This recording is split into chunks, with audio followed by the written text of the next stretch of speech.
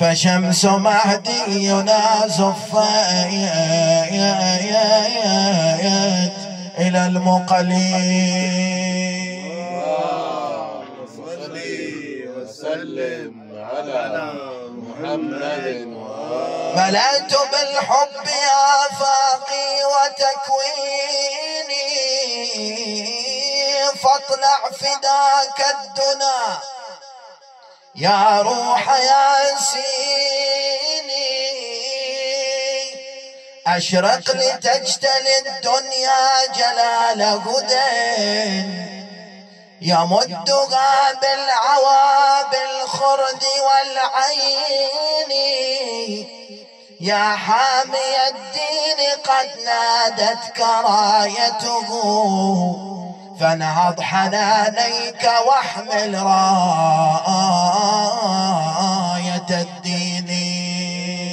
اللهم صل وسلم على محمد.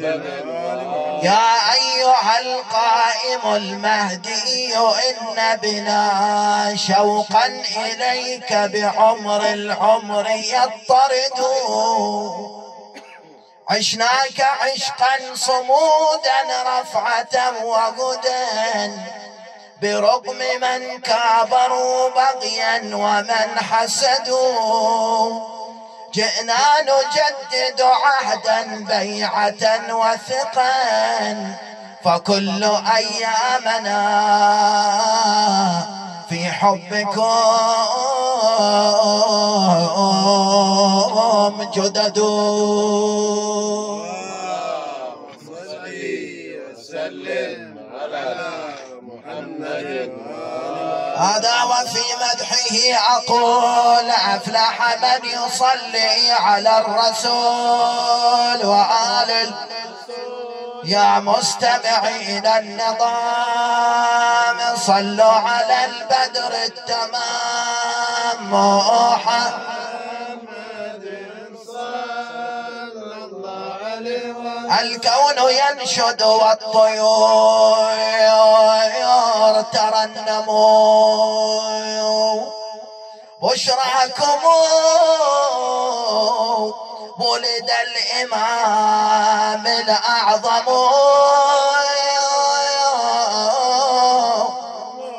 الحجة المهدي مصباح الهدى، أمل الشعوب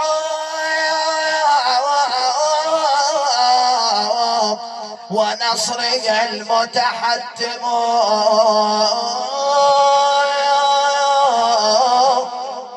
فربوع سامراء تسمو بهجة، بوليد عاداك الوليد الأكرم.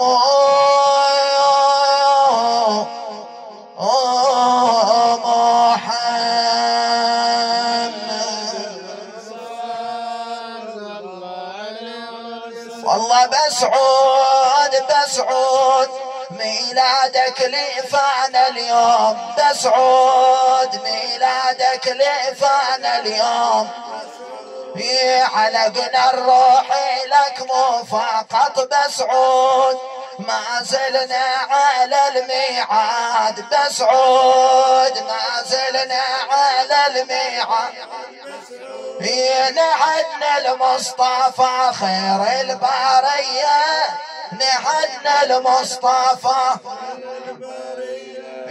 نحن المصطفى خير البرية، نحن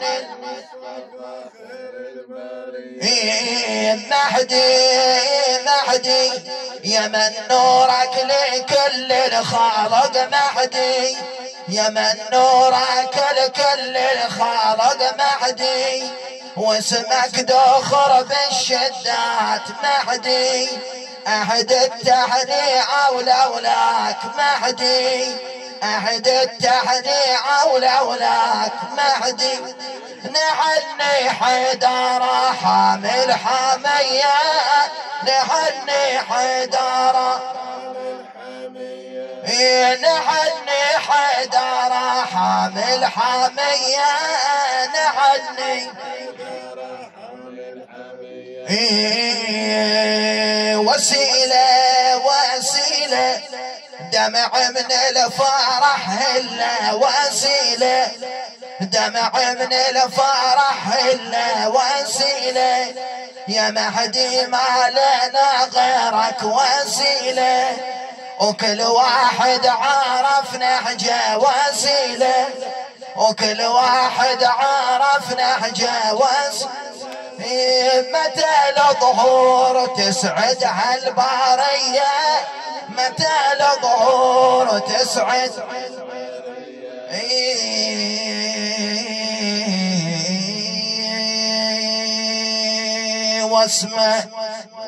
واسم الأرض شعت وشع الكون والله واسم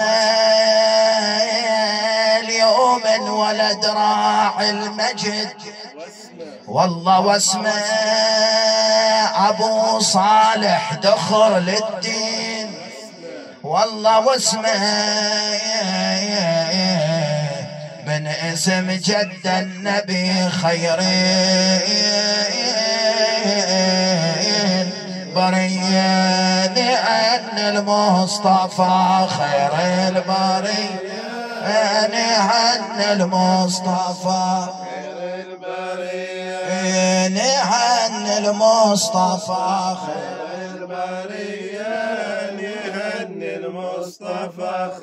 أفضل الصلاة والسلام عليك يا رسول الله محمد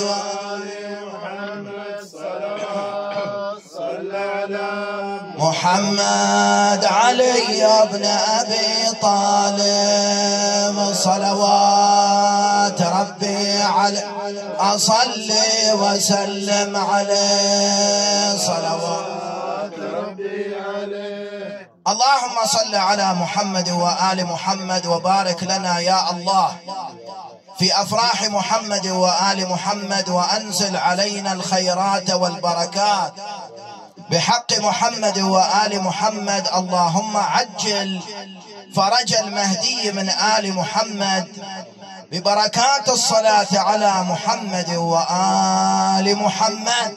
اللهم صل وسلم على محمد وآل محمد. في هذه الليلة المباركة التي يفرق فيها كل أمر حكيم كما ورد في الرواية فيها يفرق كل أمر حكيم هي ليلة النصف من شعبان. في فجرها ولد سيدنا ومولانا الحجة المنتظر أرواحنا لتراب مقدمه الفداء الإمام المهدي كتب توقيعا للسفير الرابع قبل رحيل السفير الرابع ب4 أيام أو 6 أيام. قال له أعظم الله أجر إخوانك فيك فإنك تمضي بعد 6 أيام فلا توصي لأحد من بعدك فلقد انتهت الغيبة الصغرى وبدأت الغيبة التامة ولا ظهور قبل السفياني والصيحة وسيأتي من شيعتي من يدعي المشاهدة ألا ومن ادعى المشاهدة قبل الصيحة والسفياني فهو كذاب مفتري. هذا النص هذه الرواية. هذه الرواية أصلها تتحدث عن شنو؟ عن السفارة الخاصة صح لو لا؟ الإمام كاتب الكتاب لاوي يقول للسفير الرابع أنت آخر نائب خاص النيابة الخاصة انتهت، لأن دخلنا الغيبة التامة، خلاص ما أكو نيابة خاصة. إذن مناسبة الحكم للموضوع شنو؟ الموضوع كله عن السفارة الخاصة. فالإمام لما يقول وسيأتي من شيعتي من يدعي المشاهدة، شنو المشاهدة يعني؟ المشاهدة مو معناتها الرؤية، لأن الواو عطف على الكلام الأول، والكلام الأول يتحدث عن السفارة الخاصة. لا يجي واحد يقول المشاهدة يعني رؤية الإمام، هذا غلط، تفسير خاطئ، خلاف السياق هذا. وسيأتي من شيعتي من يدعي المشاهدة، ألا ومن ادعى المشاهدة قبل الصيحة والسفياني. وشو هذول؟ علامات لابد أن تحصل. الصيحة أن ينادى في السماء بظهور الإمام، ومذكور فيها تفصيل أنها تكون بشهر رمضان من سنة الظهور. متى ما ندري، سنة الظهور ذيك السنة تسمع الصيحة. السفياني من هو؟ السفياني مذكور عندك باب طويل عريض يتحدث عن السفياني. والسفياني ما يظهر قبل الإمام ب10 سنوات ولا 20 سنة ولا 15 سنة ولا سنة، يظهر السفياني قبل ظهور الإمام ب6 أشهر. اليماني والسفياني كل العلامات الحتمية تكون في هذا الوقت. إذا واحد يدعي النيابة الخاصة قبل العلامتين هذه فهو كذاب مفتري، هذا اللي يقول الإمام. فإذا الإمام ما عندنا رواية تقول إن الإمام لا يرى أو لا يلتقى به، صح لو لا؟ بل عندنا رواية تقول إن صاحبكم اللي هو منه الإمام يحج في كل عام ويرى الناس ويعرفهم ويروه ولا يعرفوه. يعني يلتقوا به لو لا؟ هم يعرفوه بس يلتقوا به. ورواية أخرى تقول فإذا ظهر المهدي لا يبقى أحد إلا ويقول رأيته قبل هذا اليوم لكن ما عرفت أنه الإمام. يعني شافه لو لا؟ شافه، يعني ما في نكران للموضوع، عندنا روايات تدلل على الرؤية. ثاني أمر غيبة الإمام مو غيبة مادية. يعني لما أجي أسألك أنا أقول لك الإمام وين الإمام؟ فوق مرفوع زي عيسى بن مريم؟ لا، الإمام موجود، بشر مثلي مثله، مثل الخضر. الخضر موجود اللي تحدث عنه القرآن. كل ما في الموضوع أنا رأيته ولم أعرفه. يعني الوجود إذا واحد موجود في إمكانية لرؤيته لو لا؟ ممكن رؤيته، صح لو لا؟ يا وقت ما أدري، يا مكان ما أدري، عدل لو لا؟ ليش يحاول البعض أن ينفي لقاءات الإمام؟ أنا ما أقول لك في ناس تكذب، صحيح. يعني يجيك واحد يقول لك والله البارحة شربنا ويا الإمام شاي وطلعنا تمشينا ويا الإمام على الشط، هذا موجود. بس أنت تميز بين الخبيث والطيب.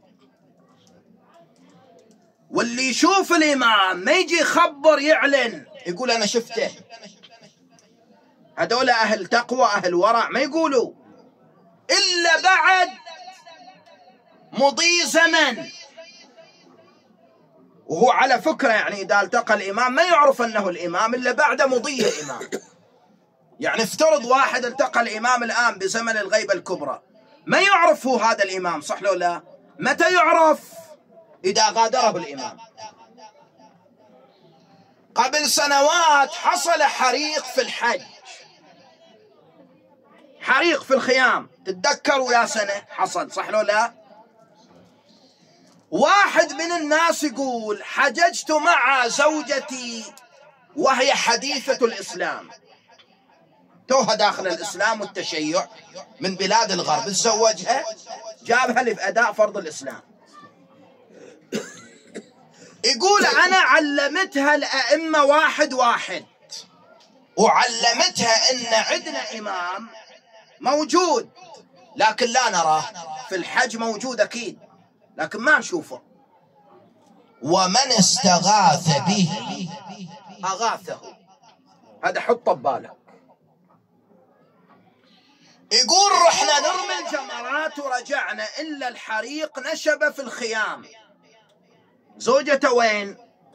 بداخل الخيام الآن. شلون يدخل لها والخيام نزلت عليهم وأحرقت النساء والحجاج اللي داخل، صح لو لا؟ يقولوا احنا برا رأيت زوجتي خرجت وهي سالمة من كل شيء وانا ما اعرف ايش السر. اخذتها على جنب سألتها، قالت رأيت الحريق في كل اجزاء المخيم، فعلمت انني سأموت. اي واحد مكانها وش بيقول؟ خلاص بعد موت، حريق من كل جهة وخيمة عليك، وش بتقول؟ خلاص أنا أنتظر الموت الآن. تقول فتذكرت ما أخبرتني به، قلت لي أكو إمام عندنا موجود لكن ما نعرف وين موجود، بس يسمعنا لما نستغيث به. فقلت يا صاحب الزمان أغثني. تقول فدخل علي رجل عظيم الهيبة، اقتحم النار ما صاب شيء، قال لي حجية تريدين تطلعين؟ قلت نعم، لكن كيف نطلع والنار تشتعل؟ قال لا بأس عليك، تعالي وراي. تقول عبرنا النار فلم أصب بحرق واحد. صلي وسلم على محمد وآل محمد. إلى أن خرجنا إلى خارج المخيم فرأيتكم جميعا وقوف، وين الرجل هذا راح؟ ما شفته. فعلمت أنه من استغثت به.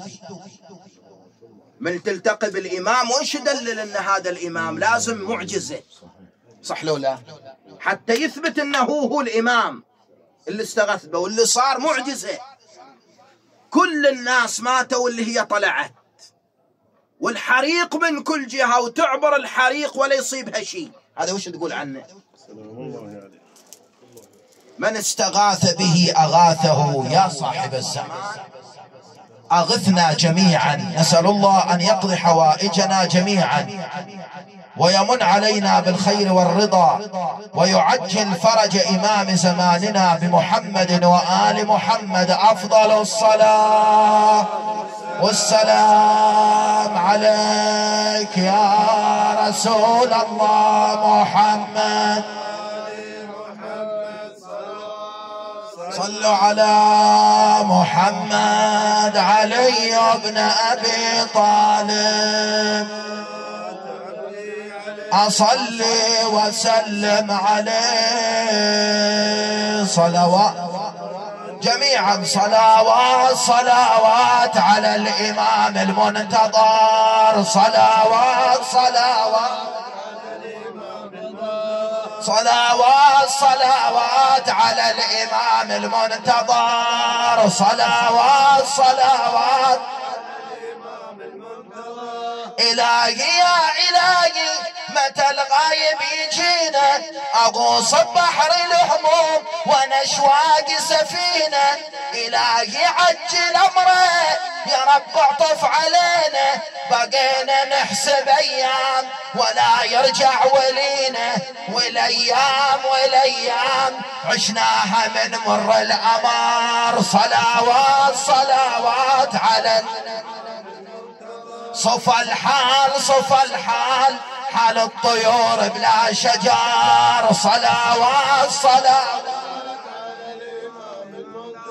همت والدنيا لحظات لكن طالت علي، حياتي دمعة غروب تندبك المسية، اشوفك بالسما بعيد مثل نجم الثريا، واشوفك مرة بالقاع ونادي عد علي، متى تعود متى تعود وتبدد الظلمة بقمر. صلوات صلوات صلوات صلوات على الإمام المنتظر. دعاء الندبعات وانا دمعي قريته، واحس جروحي تقرح اذا مر نسيته، الهي جفي مرفوع دعاء الضايع دعيته، اموت ودمعتي وياي تخبر اشقد هويته، على النار على النار انتظر والشوق انتظر. صلوات صلوات والاعياد والاعياد بغياب عاشور وصفار. صلوات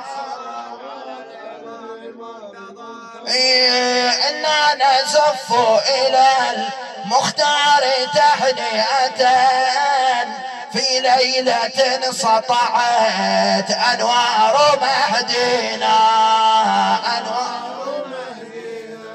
كما نهنئ مولانا أبا حسن في ليلة سطعت أنوار مهدينا،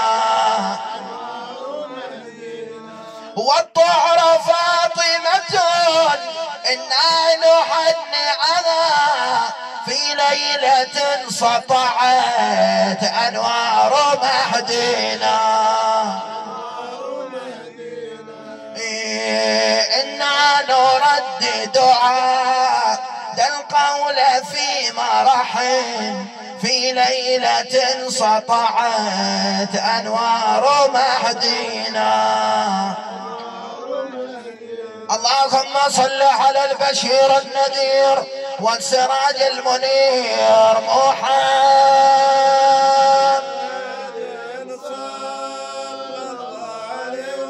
وعلي وسلم. تقول السيدة حكيمة كنت في داري فأرسل علي أبا محمد العسكري سلام الله عليه، فقال يا عم اجعلي افطارك عندنا هذه الليلة، فإن فيها يولد خاتم الأوصياء من آل محمد.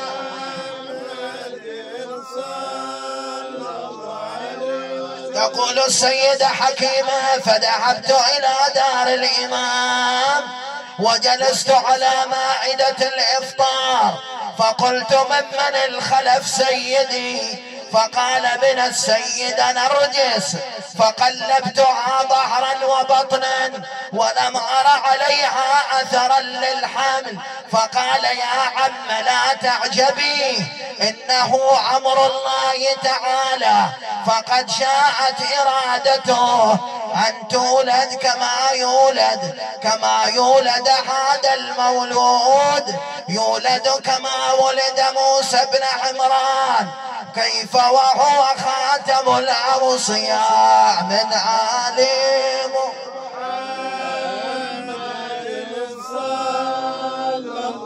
اللهم صل على محمد وآل محمد. ثم دخلت السيدة نرجس إلى دارها ومعها حكيمة، وهم يسبح الله ويقدسوه ويصلون على النبي محمد.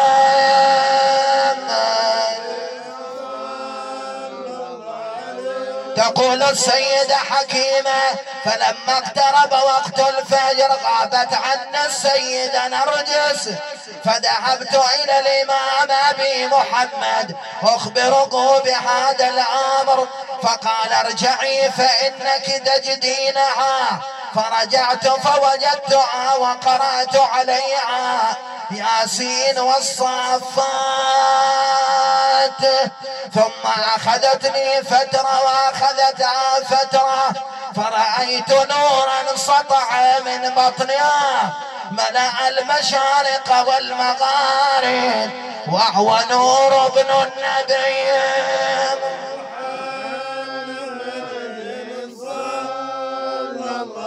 هذا وبينما هي جالسة لا تشعر بعلب ولا وجع، بل تشعر بخفة واتساع، وإذا بها قد وضعت بالمهدي ابن الحسن. أفضل الصلاة والسلام عليك يا رسول الله محمد وآل محمد. صلوات صل على محمد علي ابن أبي طالب، صلوات ربي عليه صلي وسلم عليه. صلوات على أمية على يا آخر الأنوار، السبب مولدك مطرز بالأقمار، ميلادك يعود مولد الكرار، ونهني حيدر مولانا ونهني حيدر مولانا طال الانتظار، يلي تقول مهدينا ما هو موجود، رغم أنفك المهدي هالمسا مولود، ما هو أحول قمر الأكوان خير وجود، هالعالم يسطع بأنواره، وهالعالم يسطع بأنواره، وهالعالم يسطع بأنواره، هالعالم إمام الكون هالليلة سطع بدرا، والشيعة غدت فرحانة مبتشرة، تهنى بهالولادة فاطمة الزهراء، والشيعة كلها فرحانة، والشيعة كلها فرحانة. تعبنا الصبر بس احنا ما نتعب، واليوم الظهور بشوق نترقب، الليلة الفرح عالدنيا يتوجب، نفرح للغالي مولانا، ونفرح للغالي مولانا. هاليوم نهني فاطمة، هاليوم مبروك مبروك يا محبوب الملا، باسمك يا هادينا ننادي يا هلا، وكل مفخرة تعود إليك يا مصطفى، نرفع بهالصوت اسم عالي علا. هاليوم هني فاطمة، هاليوم